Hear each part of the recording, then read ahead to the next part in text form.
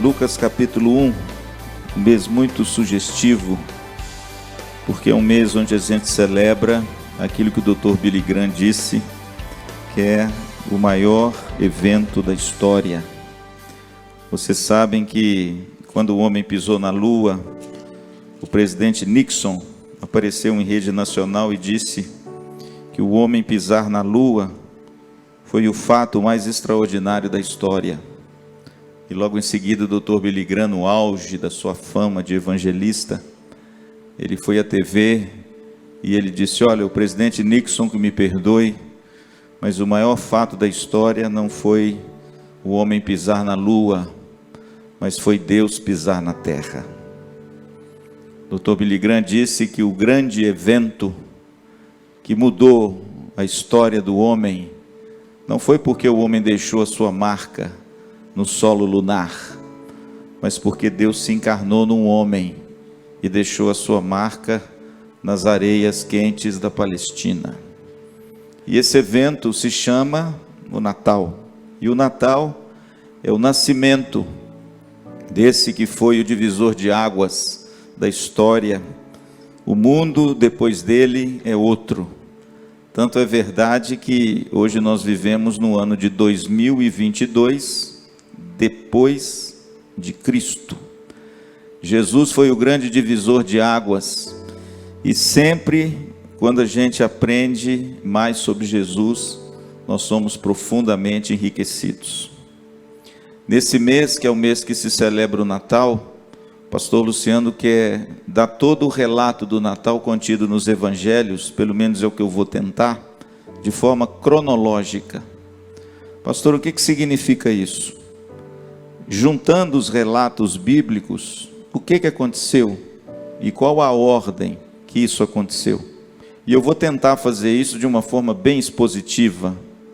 Eu vou tentar captar os textos, ler os textos com os irmãos, interpretar os textos, e no final eu vou aplicar os textos ao meu e ao seu coração, para uma mensagem e para uma aplicação para os nossos dias. Eu já adianto a vocês que o relato do nascimento de Jesus só ocorre em 2 evangelhos. Você que já leu a Bíblia sabe disso. Quais são eles? Não vou te perguntar, porque você vai ficar tão louco para responder que eu não quero fazer isso com você.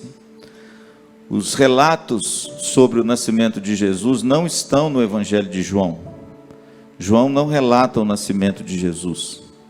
João começa já falando sobre Jesus adulto, do batismo de Jesus. Marcos muito menos.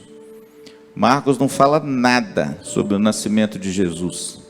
Marcos já começa o seu evangelho com Jesus sendo batizado, indo para o deserto e começando a fazer os seus milagres.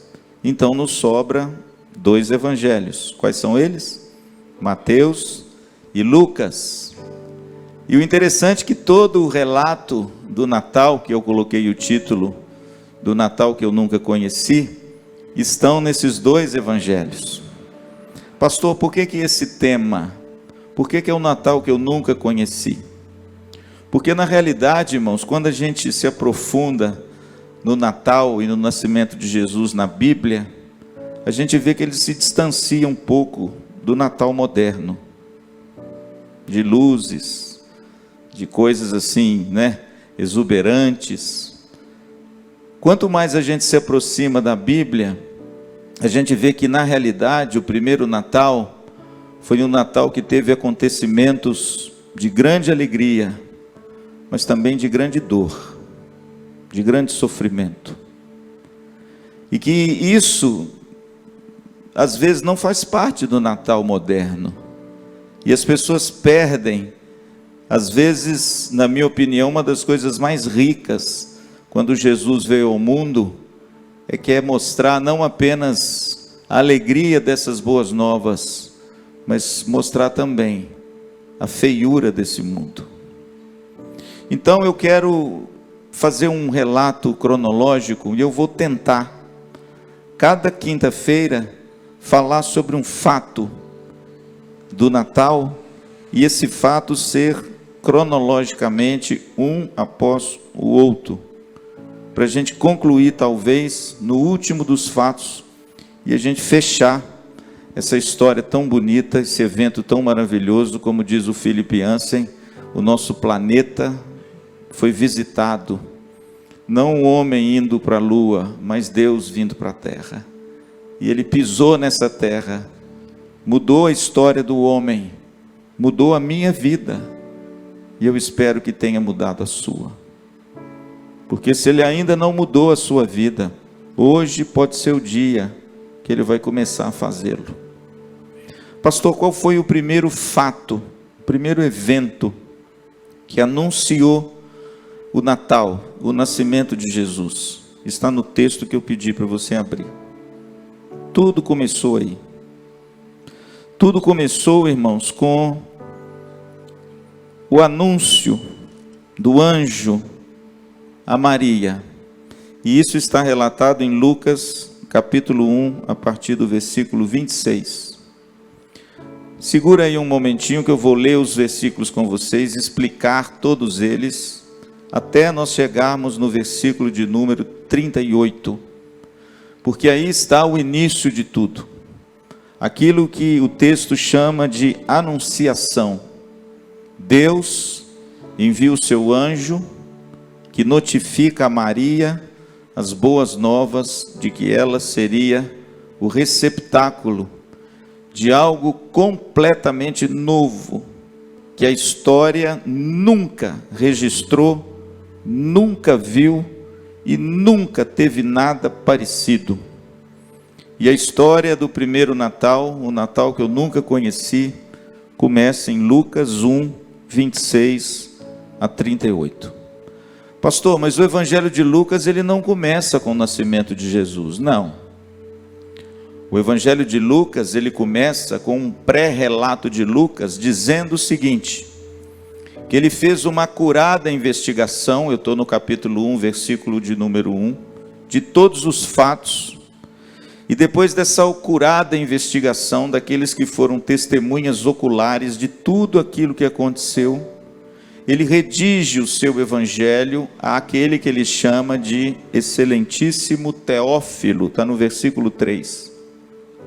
Lucas fez essa investigação histórica, usando como fontes os apóstolos, Paulo, Marcos e talvez o próprio Pedro, e escreveu o evangelho mais completo, o evangelho mais singular de todos, porque ele pegou diversas fontes. E o que me chama a atenção, irmãos, é que ele faz toda essa compilação para escrever para um homem apenas. Mal sabia ele que esse evangelho, não seria apenas para um homem, ele seria para todos os homens em todas as épocas, como ele o é até hoje. Mas no versículo 3, ele escreve para um tal de excelentíssimo Teófilo, e ele faz uma exposição em ordem, verso 4, para que tenhas plena certeza das verdades que foste instruído. Lucas escreve a um homem importante, para que esse homem importante tenha plena certeza de tudo aquilo que Lucas vai escrever, porque Lucas escreveu com base em testemunhas oculares, versículo 2, de tudo que aconteceu na vida do Senhor Jesus. E ele começa o seu texto, não falando de Jesus, mas falando de quem? De João Batista.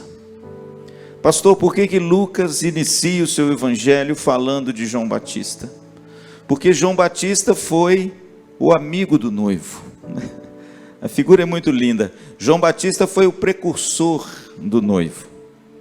João Batista foi aquele que veio anunciar a vinda do noivo. E Lucas então registra unicamente em Lucas como se deu o nascimento de João Batista.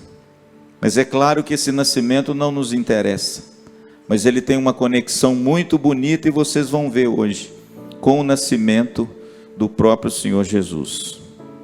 Então vamos lá, versículo 26, traga a sua Bíblia, nas quintas-feiras, anote aí algumas coisas que eu vou dizer, que tem algumas coisas no texto que vão chocar alguns, por causa das camadas que nós temos de tradição sobre o Natal, principalmente vindo da Igreja Católica Romana, e que às vezes criaram um quadro que não é muito bíblico não. Mas às vezes a gente está tão acostumado com ele, que a gente se esquece de que o registro bíblico, às vezes não é o que hoje, até na nossa casa, a gente coloca. Isso não tem muito problema, viu, irmãos? Eu não estou dizendo isso porque isso tem problema. Mas eu estou dizendo que às vezes não é o Natal que a gente conhece. Por isso que eu coloquei esse tema dessa série aí que o pastor quer dizer para vocês. Então vamos lá. No sexto mês, Lucas 1:26. Pastor, sexto mês de quê? No sexto mês de gravidez de Isabel. Ok? Porque se você ler o texto antes, você vai ver que no sexto mês, diz o texto, foi o anjo Gabriel da parte de Deus, sexto mês da gravidez de Isabel. O anjo Gabriel, o interessante é que o anjo Gabriel, ele foi incumbido das boas novas também a Isabel. Se você olhar no versículo 19, o texto diz que quando o anjo aparece a Zacarias, verso 19, respondeu-lhe o anjo: eu sou Gabriel, que assisto diante de Deus e fui enviado para falar-te e trazer-te estas boas novas. O interessante é que Gabriel teve trabalho nesse negócio. Gabriel teve trabalho de anunciar a Zacarias que Isabel ficaria grávida. E ela sendo estéril, você vai ver daqui a pouco, velha, já avançada em dias, ela não podia ter filho. E Gabriel, um mensageiro, um anjo, um ser angelical, foi incumbido da missão de dizer para Zacarias que a mulher dele iria ficar grávida. É claro que a gravidez de Isabel não foi da mesma natureza que a gravidez de Maria, mas o anjo foi o mesmo. Ele foi lá e anunciou a Zacarias a gravidez de Isabel. E ele vai agora, como diz o verso 26, enviado da parte de Deus para uma cidade da Galileia chamada Nazaré. O interessante é que a cidade de Nazaré, ela fica próxima a Caná e a Cafarnaum, próxima ao mar da Galileia. Não é uma cidade da Judéia, é uma cidade distante, por exemplo, de Belém. Para você ter uma ideia, a cidade de Nazaré fica mais ou menos 100 quilômetros de Belém. E aí você pode começar a imaginar que quando a gente for falar do nascimento de Jesus, a viagem desse casal foi muito difícil. 100 quilômetros. E 100 quilômetros, irmãos, lá na Palestina, um trajeto que nós fizemos dentro de um carro confortável, não deve ser fácil para quem viaja em cima, talvez, de um jumentinho. Dentro do carro, a viagem é difícil. Muito quente, muita pedra, o lugar é muito inóspito, a distância é longa. E eu fico imaginando, irmãos, essa menina saindo de Nazaré e indo até Belém, uma cidade próxima a Jerusalém, na Judéia, mas isso é uma outra história. Versículo de número 27, esse anjo da parte de Deus vai a uma cidade da Galileia, chamada Nazaré, e ele anuncia, verso 27, a uma virgem. O interessante, irmãos, que a ênfase bíblica em Maria é que ela era uma virgem. Lucas fala isso, Mateus fala isso, e daqui a pouquinho você vai ver que ela mesma fala isso. Por quê, pastor? Porque houveram entre aqueles que desacreditam da Bíblia muitas histórias, dizendo que é impossível uma mulher dar à luz sem a presença de um homem. Mas a Bíblia, irmãos, é muito enfática, porque em todos os textos, inclusive na profecia de Isaías, 750 anos antes, ele lá já dizia que a virgem conceberia e ele seria chamado Emanuel, o Deus conosco.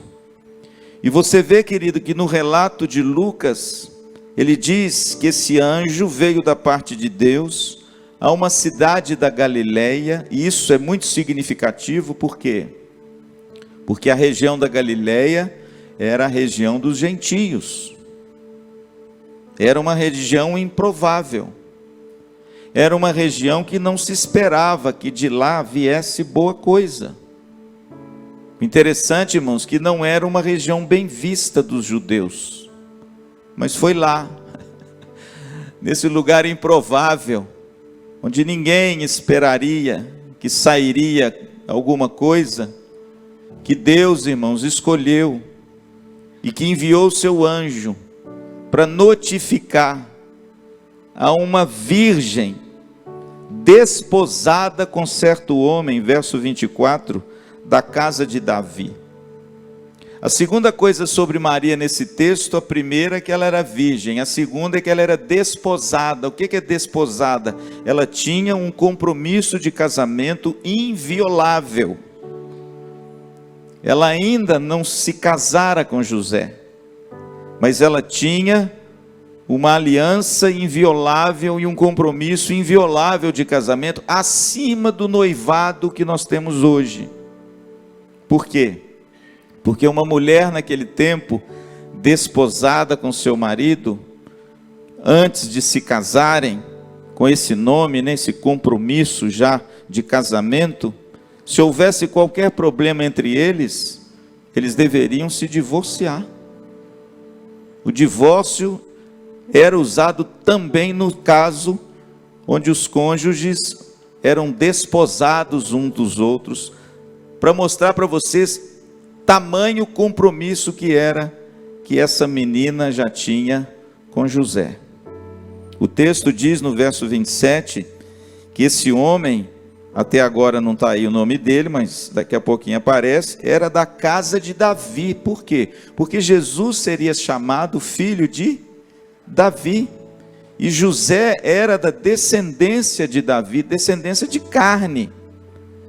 Se você olhar, por exemplo, na genealogia de Mateus e na genealogia de Lucas, você vai ver o nome de José. José era da casa de Davi. Por quê?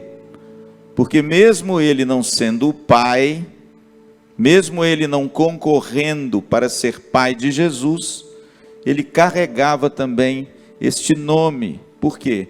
Porque Jesus seria o filho de Davi, e ele fazia parte da genealogia do rei Davi. O texto diz que esse nome, o nome dele era José, e a virgem chamava-se Maria. Notem que no mesmo versículo a palavra virgem aparece 2 vezes. A ênfase que os evangelistas deram nesse fato, porque naquele tempo, vocês sabem, à luz da Bíblia, o casamento ele é consumado apenas depois de desposar, e o sinal da consumação do casamento era a união entre o homem e a mulher. É por isso que mesmo ela sendo desposada, comprometida, ela era virgem. Este é o ideal de Deus, viu, irmãos? Para o casamento até hoje. Não importa se nós estamos no século 21. Não importa se o mundo hoje nos pareça tão moderno. Não importa que hoje o sexo seja tão ocasional. O ideal de Deus continua o mesmo, viu, irmãos? O sexo é uma aliança para ser consumada dentro de um casamento e não fora dele. O sexo antes do casamento chama-se fornicação. E o sexo extraconjugal chama-se adultério. Até hoje, viu, gente? E o texto diz, irmãos, que essa mulher era uma mulher virgem. E por 2 vezes o texto diz isso para enfatizar o que, pastor? O que daqui a pouco vai acontecer no texto. Pastor, e esse nome Maria? Esse nome Maria, irmãos, era muito comum no Novo Testamento. Se você der uma lida no Novo Testamento, você vai achar de cara pelo menos umas 4 Marias. E elas estão quase todas juntas quando Jesus é crucificado. Inclusive em João dá o nome de todas elas. Então era um nome muito comum. E é por isso talvez que os antigos, gostavam muito de dar o nome às meninas de Maria, não é? Maria alguma coisa. A minha esposa mesmo é Maria Teresa, por causa da fama dessa menina e do que ela se tornou, principalmente depois, onde a teologia católica elevou Maria a uma condição que a Bíblia de forma nenhuma eleva. Eu não estou dizendo que a Bíblia desdenha dela, mas eu estou dizendo que a teologia católica romana elevou Maria a um status que nem o filho dela, Jesus Cristo, elevou. Mas isso é uma outra história. Versículo de número 28, irmãos, o texto diz: e entrando o anjo onde ela estava, disse: alegra-te, muito favorecida, o Senhor é contigo. A palavra muito favorecida significa: alegra-te, você foi alvo do favor de Deus. Isso significa, irmãos, que Deus escolheu e elegeu Maria pela graça. Ela obteve o favor de Deus. E o interessante é que todas as vezes que alguém é alvo desse favor, a alegria tem que brotar no coração. E você pode ver no texto que quando o anjo faz essa saudação a Maria no verso 28, ele diz: alegra-te, muito favorecida. Por quê? Porque, irmãos, a evidência grande da eleição e da graça de Deus àqueles que não merecem é a alegria. Por isso que o fruto do Espírito Santo lá em Gálatas 5, o primeiro é amor, o segundo é alegria. E aqui, irmãos, acontece a mesma coisa conosco. Nós não merecíamos, fomos alvo da graça. Que graça? De Deus revelar Cristo em nós. Então nós temos que nos alegrar com isso. Sabe por quê? Porque nós não merecíamos esse favor. E Maria, irmãos, ela não tem um status de alguém diferente. Ela também foi favorecida com a graça de Deus, porque Deus a escolheu, como escolheu você, como escolheu a mim. E o versículo 28, o anjo diz isso: alegra-te, muito favorecida, o Senhor é contigo. Ou seja, Deus escolheu Maria, irmãos, pela sua infinita bondade, graça e misericórdia. É dessa forma que Deus escolhe os seus. Desde o Velho Testamento até o final dos tempos. É Deus, irmãos, é quem elege, quem escolhe aqueles que Ele quer e Ele determina. E o interessante, irmãos, que quando Maria ouviu essa saudação do anjo, o versículo de número 29 nos conta a reação dela. Veja bem. Ela, porém, ao ouvir esta palavra, perturbou-se muito. Se você olhar no original, essa palavra perturbou-se muito, a tradução no português não dá a extensão dessa palavra. A ideia dessa palavra é que o seu coração entrou numa convulsão. A ideia dessa palavra é que houve um terremoto, houve uma ebulição no seu coração. Agora notem que ela não diz nada. É algo interior, é algo que ela sentiu. O texto diz que ela ficou extremamente preocupada e perturbada pela inusitada visitação do anjo.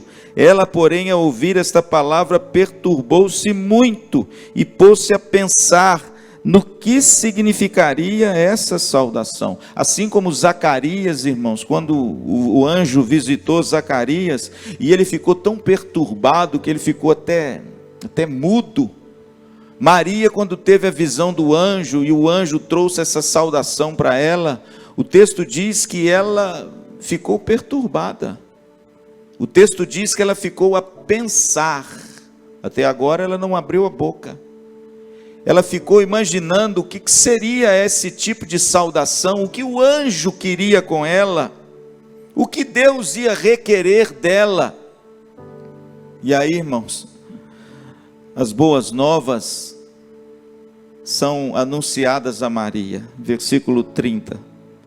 Mas o anjo lhe disse: Maria, não temas. E eu acho bonito, irmãos, o anjo começar com essa palavra, porque não temas, você sabe, é a palavra de ordem que Jesus sempre dizia aos seus discípulos num momento de perturbação e tribulação. Todas as vezes que os discípulos de Jesus enfrentavam alguns momentos de aflição, de medo, de terror, Jesus sempre vinha com essa palavra: não temas. Lembra na tempestade? Lembra quando a tempestade assalta o barco e Jesus dorme com a cabeça no travesseiro, e os discípulos aterrorizados, eles vão lá, chacoalham Jesus, e Jesus dormindo: Senhor, tu não te importas que pereçamos? Jesus se levanta, dá ordem ao vento, dá ordem às águas, e a tempestade tudo se acalma. E quando Jesus olha para os seus discípulos, ele diz: não temas. Por que não tendes fé? A palavra não temas, irmãos, é uma das palavras mais utilizadas no Novo Testamento, nos lábios de Jesus. Por quê? Porque ele sabe que nós somos fracos. Ele sabe que muitas vezes nós nos acovardamos diante das dificuldades. Ele sabe que quando as tempestades vêm, é difícil às vezes você permanecer confiante, cheio de coragem, destemido. E Jesus frequentemente usava essa palavra para os seus fracos discípulos: não temas. Aliás, irmãos, essa palavra é muito usada no Velho Testamento: não temas, ó pequenino rebanho, pois foi do agrado do Pai revelar o teu Filho em vós. A palavra não temas é muito bonita, irmãos. Por quê? Porque ela mostra o cuidado, a compreensão que Deus tem para comigo e para você. Porque frequentemente nós tememos, não é? Temos medo. As circunstâncias saem um pouco do nosso controle, a gente às vezes fica meio destemperado, não é assim? Maria, irmãos, quando ela ouviu a saudação do anjo, preste atenção, 450 anos de silêncio, e ela ouve a saudação do anjo. A Bíblia diz, verso de número 29, que ela perturbou-se muito. Meu Deus, o que significa isso? O que esse anjo quer comigo? O que Deus requer de mim? E o anjo então diz: Maria, verso 30, não temas, porque achaste graça diante de Deus. Mais uma vez, o anjo enfatiza o que ele já havia dito para Maria no verso 28. Alegra-te, muito favorecida. E aí está a verdade do texto: achaste graça. Não que Maria teve mérito para ter alguma coisa, ela achou graça de Deus, como eu e você temos. Se você, por exemplo, estudar um pouco a teologia católica, principalmente do viés de Tomás de Aquino, que foi um dos pais da igreja, que construiu a teologia católica em cima da filosofia de Aristóteles, você vai ver que Deus escolheu Maria por causa dos méritos de Maria, porque ela era cheia de graça. Aliás, a oração que a igreja católica tem de Maria, que muitos de nós fazíamos ou não, não é? Como é que é essa oração? Ave Maria, cheia de graça. Está vendo? A palavra ave significa salve. Por quê? Porque na teologia católica, irmãos, eles achavam que existia méritos em Maria, e por causa do mérito de Maria, ela achou graça diante de Deus. Mas quando a gente vai para o texto, irmãos, a gente não vê isso. Por quê? Porque graça e mérito são duas palavras opostas. Como é que eu posso receber graça e ter mérito ao mesmo tempo? Então não é graça, então é merecimento. Mas o texto, irmãos, é tão enfático nisso que por 2 vezes o anjo diz que ela é muito favorecida, e no verso de número 30 ele diz: porque achaste graça diante de Deus. Ora, se Deus olhou para mim e me agraciou, é porque Ele é muito gracioso, e não porque eu mereço. Entende? Porque senão não seria graça, seria mérito. Portanto, querido, o anjo fala o que ele já tinha dito para Maria, mas agora de outra forma. E aí no versículo 31, irmãos, está aí a mensagem que o anjo veio trazer. Que mensagem dura!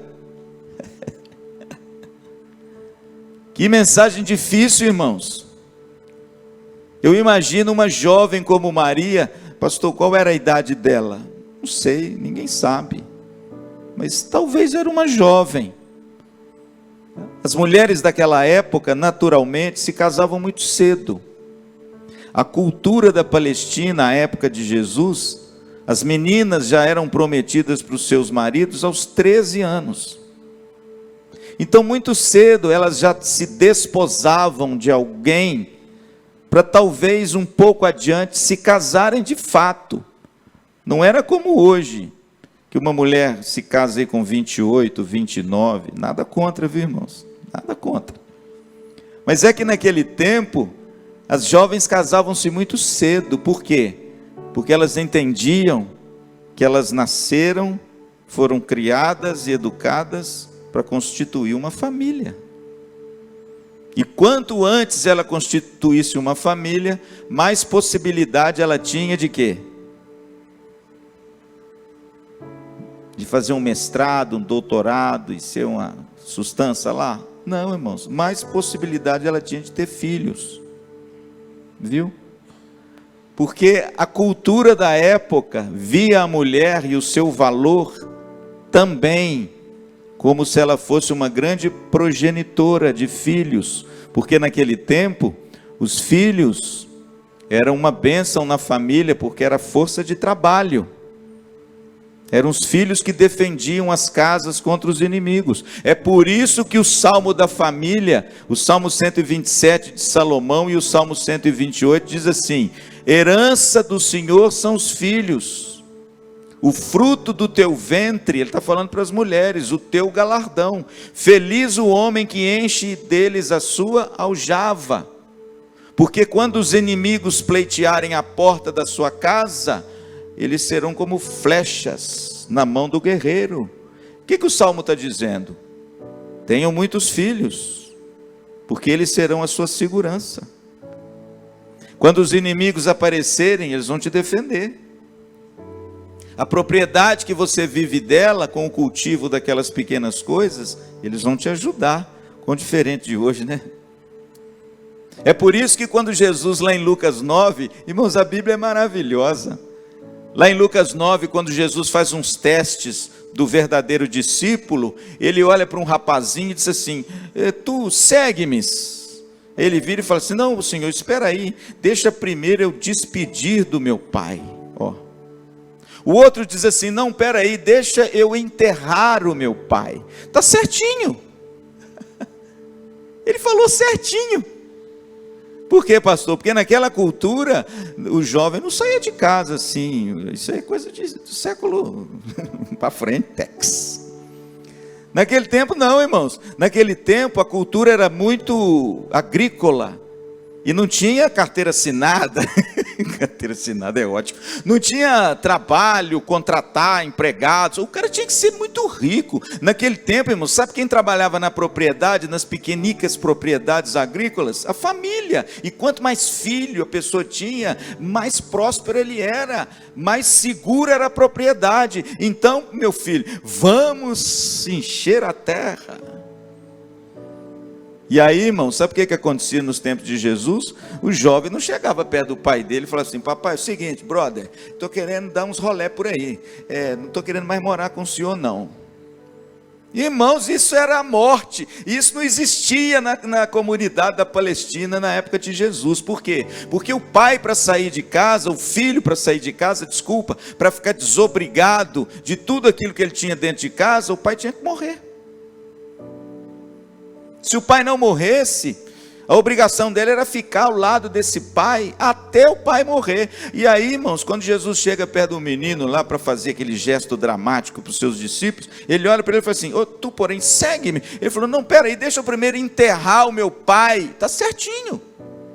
Ele falou: Senhor, eu não posso ir agora, sabe por quê? Eu tenho uma responsabilidade com a minha casa,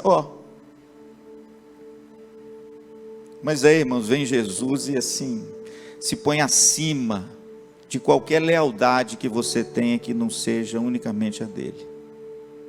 Olha a resposta que ele deu para esse menino. Pastor, esse menino estava errado? Não, ele estava certo. Ele estava dentro do quadrado, entende, Mário? Era isso mesmo que um jovem piedoso iria falar. Não posso não, senhor. Deixa eu primeiro enterrar o meu pai. O que ele diz? Não, depois que meu pai morrer, aí eu estou desobrigado do meu trabalho, da minha vocação. Aí Jesus olha para o jovem e fala assim: meu filho, deixa eu te falar uma coisa. Deixa os mortos sepultar os teus próprios mortos. Tu, porém, vai e prega o reino de Deus. Que resposta esquisita. Eu acho que aquele jovem esperava de Jesus assim: muito bem. Respondeu certo. Que jovem piedoso. Pode voltar, meu filho, para sua casa. O que Jesus quis dizer com isso? Deixa eu tentar resumir para você rapidamente. Isso tudo por causa desse contexto aqui de Maria e do casamento e do despojado de José. Jesus olhou para esse menino e disse assim: meu filho, você tem muitos irmãos. Seus irmãos não tiveram um encontro comigo. Seus irmãos não me conhecem. Eles estão todos mortos. Deixe os mortos cuidar dos seus próprios mortos. Mas você que teve um encontro comigo, agora você tem uma outra missão. Você tem uma outra vocação. E você tem uma outra prioridade. Vai tu e prega o reino de Deus. Entenderam? Porque na realidade Jesus quis dizer que os mortos são aqueles que ainda estão aprisionados nos seus pecados, que ainda não conheceram aquele que os liberta.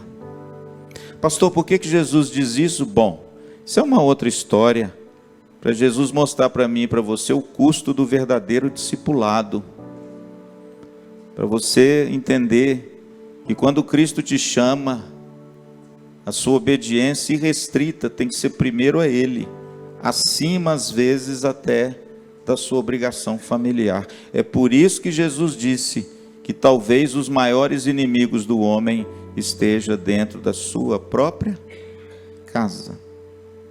Mas voltemos ao texto. E o anjo então, irmãos, faz um anúncio a essa jovem, deixa eu chamar ela de jovem, desposada, com um compromisso firme de um casamento com José, mas virgem. O anjo então diz, versículo 31, eis que conceberás e darás à luz um filho, a quem chamarás pelo nome de Jesus. Este será grande e será chamado Filho do Altíssimo. Deus, o Senhor, lhe dará o trono de Davi, seu pai. Ele reinará para sempre sobre a casa de Jacó, e o seu reinado não terá fim. Está aí, irmãos, o anúncio para uma jovem, virgem, simples, na cidade de Nazaré, depois de 450 anos de silêncio, esse anjo aparece a essa menina e diz o seguinte para ela: eis que você ficará grávida. Que notícia estranha. Pastor, quais foram os 3 anúncios do anjo para Maria? Primeiro, o anjo disse: você ficará grávida e vai dar à luz um menino, versículo 3. Eis que conceberás e darás à luz um filho. A segunda mensagem do anjo, o segundo anúncio do anjo é o nome desse filho. Por isso que o nome de Jesus é um nome que está acima de todo nome, porque é um nome que foi dado pelo próprio Deus. E ele diz: a quem chamarás pelo nome de Jesus. O que significa Jesus? Jeová é a salvação, Yahvé é o Senhor e o Salvador. É isso que significa o nome Jesus. Veja que o anjo nomeia a criança. E por fim, o anúncio do cumprimento da promessa dada pelos profetas do Velho Testamento. 32 e 33. Este será grande e será chamado Filho do Altíssimo. Deus, o Senhor, lhe dará o trono de Davi, seu pai. Segundo Samuel, capítulo 7, versículo 13. Veja que o anjo, irmãos, ele dita as mesmas palavras que estão escritas lá no Velho Testamento, prefigurando o Messias, prefigurando a vinda de Jesus sobre a terra. E o anjo arremata com Isaías capítulo 9, versículo 7, dizendo: e ele reinará para sempre sobre a casa de Jacó, e o seu reinado não terá fim. Em outras palavras, irmãos, o anjo traz o anúncio da novidade de Jesus ser concebido por Maria, mas ao mesmo tempo o anjo arremata essas boas novas com aquilo que foi prometido lá atrás. Isso é muito bonito, irmãos. Por quê? Porque a Bíblia é uma só. A Bíblia traz o novo, mas ao mesmo tempo é ancorado no velho. Veja que o anjo traz um anúncio a Maria, irmãos, completamente novo, inusitado, diferente de tudo que acontecera até aquela época, em todas as religiões. Ninguém nunca ouviu falar um negócio desse, mas ao mesmo tempo que o anjo traz essa notícia tão estranha, tão perigosa, tão perturbadora para uma jovem naquele contexto, o anjo ancora esse anúncio a uma profecia lá atrás. E se você quer saber Isaías 9, depois você abre a sua Bíblia, é aquele texto belíssimo que diz: ele será chamado de conselheiro, Pai da eternidade, príncipe da paz, o seu governo jamais terá fim. E o anjo cita isso, irmãos, no final do anúncio dele para Maria. Versículo 34. Agora imagine, irmãos, no coraçãozinho de uma jovem religiosa, numa comunidade pacata de Nazaré, temente a Deus, sabendo das implicações de uma gravidez, que ela não sabe direito como é que vai acontecer, e ela ouve a palavra do anjo, dizendo que ela ficará grávida e que ela vai dar à luz um menino. No versículo 34, agora sim Maria fala, agora. Lá atrás, quando ela vê o anjo, ela se perturba no interior, ela pensa: meu Deus, o que é isso? Que anjo é esse? O que ele quer de mim? Mas agora não, irmãos, agora Maria externaliza, e ela diz assim, então, verso 34, disse Maria ao anjo: como será isso? Pois não tenho relação com homem algum. Está vendo, irmãos? Mais uma vez, o texto é muito claro, em mostrar o que, pastor? Que Maria era uma virgem, e ela mesma, irmãos, ela externaliza e verbaliza um problema que ela vai viver agora. Por quê? Porque ela vira para o anjo e fala assim: mas estou frita. Estou frita. Como? Como eu vou dar à luz uma criança, eu vou ficar grávida, se eu não tenho relação com homem nenhum? Em outras palavras, irmãos, mais uma vez a Bíblia dá ênfase em que Maria era uma jovem, era uma virgem, e estava muito preocupada. O interessante, irmãos, que a nota de preocupação de Maria tem muito fundamento. Se você percorrer um pouco as páginas lá atrás de Levítico e Deuteronômio, principalmente Deuteronômio 22, 23 e 24, fala sobre a jovem desposada. Se a jovem desposada aparecer grávida, está lá em Deuteronômio 22, essa jovem deveria ser morta. E se possível apedrejada, para tirar o opróbrio e a vergonha do meio do povo de Deus. Essa era a lei inflexível de Moisés. Pastor, Maria conhecia essa lei? Claro que sim, irmãos. Todo judeu piedoso conhecia a Torá, a lei de Moisés. E não é sem razão, irmãos, que Maria se perturbou. E Maria, quando ouve aquela notícia, para ela, aquilo, irmãos, deve ter sido um choque tremendo. Por quê? Porque ela deve ter linkado na mesma hora com Deuteronômio. E ela diz assim: olha, mas como? Como eu vou ficar grávida? Por quê? Porque se eu ficar grávida, eu vou morrer. Como eu vou ficar grávida se eu não tenho relação com homem nenhum? Por quê? Porque até aquele momento, irmãos, na cabecinha dela, ela não poderia imaginar o que ocorreria com ela. Mas ela poderia imaginar o quê? As consequências. Segure isso aí, que isso vai fazer todo sentido daqui a pouco. Versículo de número 34. Então disse Maria ao anjo: como será isto? Pois não tenho relação com homem algum. Respondeu-lhe o anjo: agora sim, descerá sobre ti o Espírito Santo, e o poder do Altíssimo te envolverá com a sua sombra. Por isso também o ente santo que há de nascer será chamado Filho de Deus. E Isabel, tua parenta, igualmente concebeu um filho na sua velhice, sendo este já o 6º mês, para aquela que diziam ser estéril, porque para Deus não haverá impossíveis em todas as suas promessas. O interessante, irmãos, que quando o anjo mostra para Maria como é que vai ser a concepção, essa concepção, ela é totalmente singular de tudo que existiu e existirá em todos os lugares, em todo o mundo, em todos os tempos. Os críticos da Bíblia falam que essa concepção era uma concepção natural no mundo greco-romano. Nada mais mentiroso do que isso. Por quê? Porque os deuses do panteão greco-romano, principalmente os deuses gregos, a mitologia grega dizia que para esses deuses terem filhos de deuses, eles se tornavam em figura humana e faziam sexo com as mulheres. E através desse Deus encarnado em homem, fazia sexo com as mulheres, então nasciam dessas mulheres um filho de Deus. Mas notem, irmãos, que é completamente diferente disso aqui. Por quê? Porque foi o Espírito Santo que envolveu Maria. E a segunda pessoa da Trindade, o Logos eterno, o Filho de Deus, aquele que já existia com o Pai antes de todas as coisas, ele tomou a forma humana.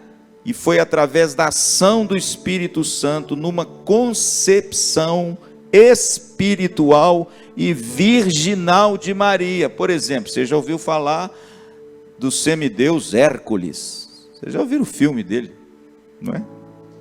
Quem era Hércules?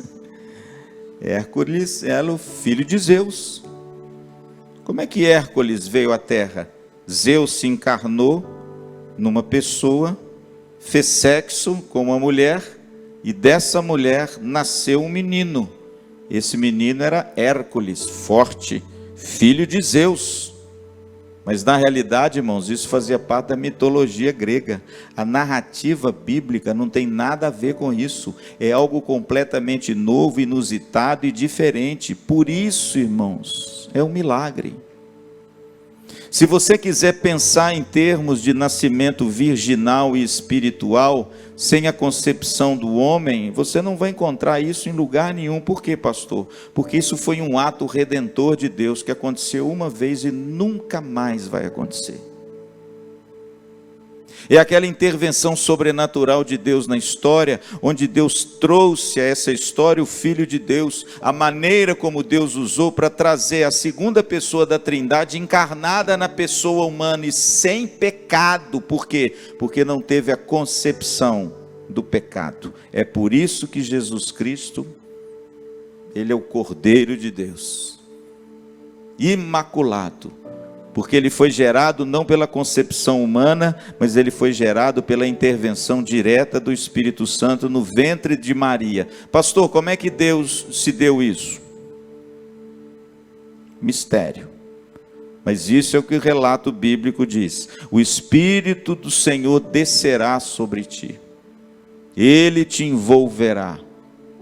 E o ser que nascerá de dentro de você será chamado Filho de Deus. Veja que a filiação de Jesus é do Pai. José é um pai emprestado. Porque Jesus, ele é filho do Pai. E ele sempre foi, desde a eternidade, o filho junto com o Pai. Mas num determinado tempo, esse filho se tornou em carne. Ele teve uma concepção no ventre de uma mulher e nasceu como um feto, um bebê, e deu à luz uma criança. Do jeito que todas as mulheres hoje têm os seus bebês. E o interessante, irmãos, que quando o anjo fala que Maria terá um filho pela concepção espiritual e virginal, ele de certa feita acalma o coração de Maria, falando de Isabel. Porque Isabel, verso 36, era parente de Maria. Igualmente, verso 36, concebeu um filho na sua velhice, sendo este já o 6º mês para aquela que se diziam ser estéril. Se você olhar no versículo 7 do capítulo 1, o texto diz o seguinte: e não tinham filhos, porque Isabel era estéril, sendo eles avançado em dias. O anjo visita Isabel. Agora, pastor, João Batista não é gerado da mesma forma que gerou-se Jesus. Por quê? Porque a Bíblia diz que Zacarias, depois que terminou o turno dele, ele foi para casa, e aí você sabe o que aconteceu. E aí Isabel concebeu. É igual a quase todas as mulheres dos patriarcas do Velho Testamento que eram estéreis. Ela é igual Sara. Ela é igual Rebeca. Mulheres que não podiam ter filhos. Ela é igual a mãe de Sansão, onde o Senhor operou um milagre no ventre dessa mulher, e por meio natural, com um milagre sobrenatural, ela teve o seu filho. Jesus não. Jesus, irmãos, ele veio a esse mundo de uma forma completamente diferente e inusitada. Daí, irmãos, a dificuldade que a teologia teve durante muitos anos de compreender como é que isso se deu.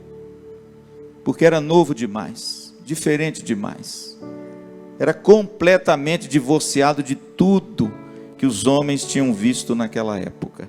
E o texto diz no verso 38, depois que o anjo promete a Maria que Deus é fiel para cumprir todas as suas promessas, no verso 37, porque para Deus não haverá impossível, o verso 38 contém, na minha opinião, uma das declarações de fé mais lindas da Bíblia. Por causa de quê, pastor? Por causa da circunstância que ela foi dada. É muito fácil você confessar Jesus quando a sua confissão não traz implicação de vida e de morte. Muito fácil. É muito fácil, irmãos, a gente abraçar a fé quando a gente tem um monte de promessa boa para nós. Principalmente com a teologia da prosperidade graçando em muitas igrejas até hoje, infelizmente. É muito fácil, querido, você vir na frente num apelo para receber Jesus, se o pregador te oferece o céu na terra. É muito fácil, querido, você seguir Jesus quando grandes bênçãos e grandes benefícios vêm juntamente com essa sua decisão. O que me espanta e o que me encanta de Maria é que foi a primeira confissão de fé na história em Jesus, onde ela compreendeu bem as implicações disso, de vida e de morte. Porque afinal de contas, ela não compreendeu bem o que aconteceria, mas uma coisa ela compreendeu: minha barriga vai crescer, eu vou dar à luz um filho, mas eu não casei ainda, talvez eu seja morta. Mas veja a resposta dela. Então disse Maria: aqui está a serva do Senhor, que se cumpra em mim conforme a tua palavra. E o anjo se ausentou dela. Entendem, irmãos, o que eu estou dizendo? Entendem que a confissão de fé de Maria, ela é uma confissão de fé muito genuína. Por quê? Porque foi a primeira confissão de fé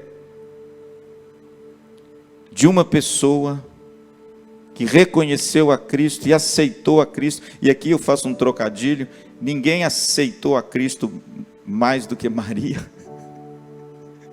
A gente aceita a Cristo e vem o Espírito Santo e habita em nós, né? Maria aceitou a Cristo e Cristo veio habitar dela literalmente. Ela foi a primeira pessoa, irmãos, a enfrentar as implicações de vida e de morte por causa da sua profissão de fé. Destemida, corajosa, uma menina que sabia que poderia ser morta, mas entregou tudo nas mãos de Deus. Aqui está a serva do Senhor.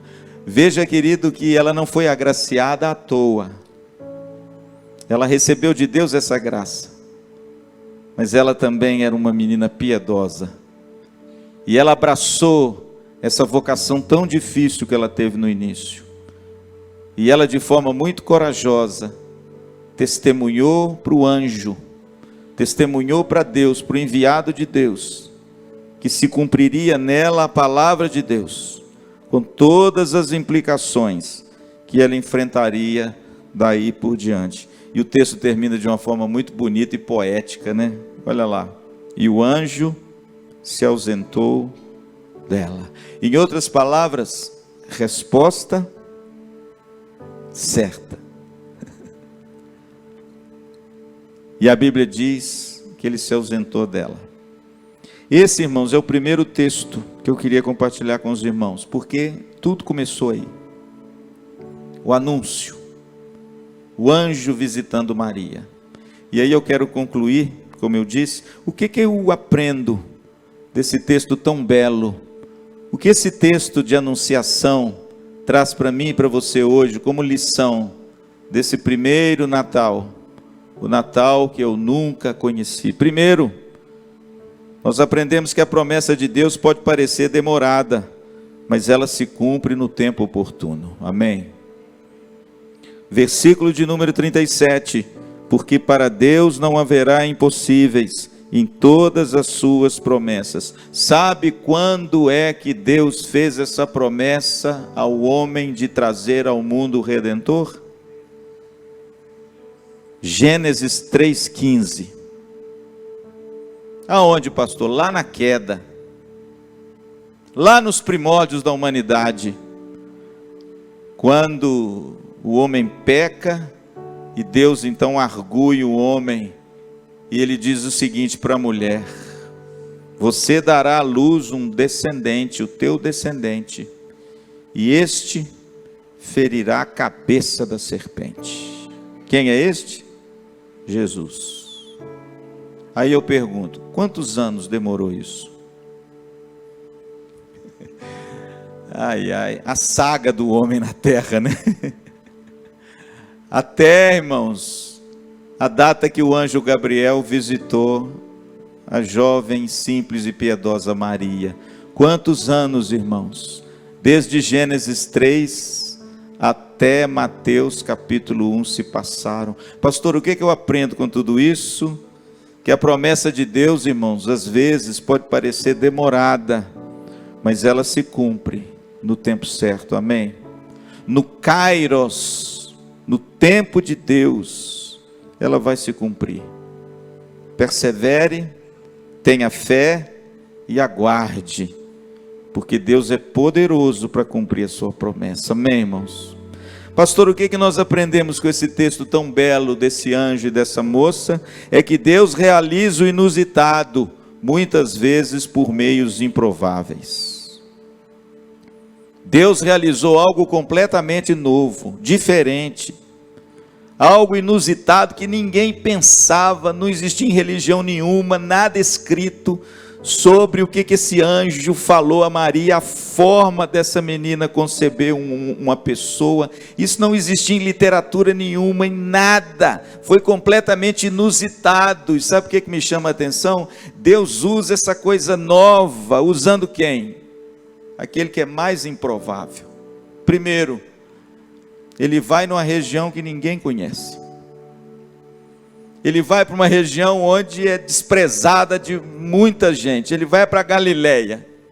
Ele vai para Nazaré, uma cidade de pouca importância. E quem ele escolhe? Ele escolhe uma princesa. Ele escolhe uma mulher importante, uma mulher da alta, que todo mundo conhece para influenciar. Ele escolhe uma influencer do YouTube. Porque talvez assim ela vai divulgar e vai ser maravilhoso. Não, irmãos, ele vai numa vila na Galileia, escolhe uma jovem desposada de um moço, humildes, que de repente se assusta tanto, porque ela acha que, meu Deus, eu não vou dar conta disso. E isso me ensina, irmãos, uma lição maravilhosa, e devia ensinar a você também. O que, pastor? Deus é o Deus do improvável. Quantas vezes você já se viu diante de uma situação que você falou assim: pastor, não tem saída? Já aconteceu isso? Pastor, não tem saída. Isso aqui eu não tenho jeito mais de mexer. E de repente, irmãos, vem o nosso Deus e faz algo novo, inusitado, surpreendente, que você não esperava. E às vezes alguma coisa até que não estava dentro do seu script, mas é plano de Deus, é promessa de Deus, é cumprimento de Deus, e Ele age de forma inusitada, e mais ainda, Ele utiliza os meios mais improváveis. Quem poderia imaginar que Deus falaria para Moisés o seguinte: diga ao povo que marche. Moisés virou para Deus e disse assim: Senhor, marchar para onde? Mas Deus é assim, irmãos. Deus, a maioria das vezes, Ele faz coisas surpreendentes, usando os improváveis. Quem são os improváveis? Tem um aqui, ó. Aqui, o improvável. Deus usa você. Deus usa todos nós. Deus usa aquele quem Ele chama. E muitas vezes nós somos tão improváveis para fazer alguma coisa, como Maria. Mas foi ela que Deus escolheu. E foi você, meu querido, que Deus escolheu.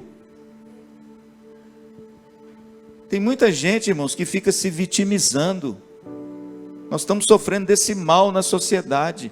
Pessoa com pena de si mesmo, se vitimizando, colocando culpa em tudo e em todos. Querido, deixa eu te dizer uma coisa: Deus escolheu você. Talvez você se ache improvável, mas Deus escolhe os improváveis mesmo, para realizar a sua obra maravilhosa. Portanto, pare, querido, de achar que você entendeu? Não é apta. Ninguém é. Mas Deus escolhe, irmãos, o improvável para realizar a sua obra. E a gente vê isso, irmãos, na vida dessa jovem. E para terminar, é uma das coisas que eu sempre gosto de dizer. Quando eu cheguei aqui na IPVO, há 5 anos atrás, eu preguei um sermão aqui, que eu disse essa frase. Eu quero repeti-la hoje, porque ela é muito verdadeira. Pastor, o que eu aprendo com a anunciação do anjo a Maria, com essa resposta destemida e corajosa que ela dá, em meio a todas as implicações? Eu aprendo, irmãos, que a obra de Deus, você vai se lembrar disso, quase sempre, ela vem acompanhada de grande alegria e de grande sofrimento. quase sempre, a obra de Deus vem acompanhada de grande alegria e de grande sofrimento. E Maria, na sua confissão de fé, ela abraçou os dois. Ela não teve medo de enfrentar a dor e o sofrimento por causa de Jesus. Aqui está a tua serva, que se cumpre em mim a tua vontade, como uma faca de dois gumes. A obra de Deus, ela contém sempre esses dois ingredientes. Grande alegria, por quê? Porque o anjo disse: alegra-te, muito favorecida. Mas quando ele deu a notícia do que aconteceria, a perturbação e a angústia tomaram conta daquela menina. Mas a despeito da alegria ou da dor, ela abriu o coração e recebeu Jesus. E foi a primeira a enfrentar essas implicações. Portanto, querido, não tenha medo de sofrer. Tá bom? Não tenha medo de sofrer. Porque a obra de Deus, ela quase sempre vem acompanhada de grande alegria, mas também de grande sofrimento. Você quer ver um exemplo só e eu termino? Olha para a vida de Paulo. Grande alegria ele experimentou, mas com grandes sofrimentos ele também experimentou. Amém?